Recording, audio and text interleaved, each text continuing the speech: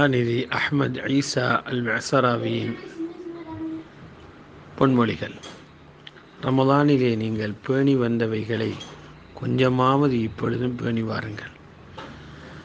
அதிகமாக செய்துவிட்டு துண்டிப்பதை விடவும் நிரந்தரமாக கொஞ்சம் செய்வது சிறந்தது. முதலாவது, ஒரு ரக்காத்தாவது கியாமுல் லைல் தஹஜ்ஜுத் தொழுகை விட வேண்டாம். குர்ஆனை நீங்கள் ஒதுக்கிவிட வேண்டாம். அது ஒரு பக்கமாக இருந்தாலும் சரி. துஆவை மறந்து விட வேண்டாம். அது குறிப்பிட்ட சில நிமிடங்களாக இருந்தாலும் சரி. தொழுகையை விட்டும் சோம்பேறியாக வேண்டாம். அது உங்களுடைய வேலை எவ்வளவு பெரியதாக இருந்தாலும் சரி. உங்களுடைய நாவு அல்லாஹ்வுடைய ஜிக்ரை விட்டும் அமைதியாகாமல் இருக்கட்டும். அது குறிப்பிட்ட சில வார்த்தைகளை கொண்டான ஜிக்ரானாக இருந்தாலும் சரி.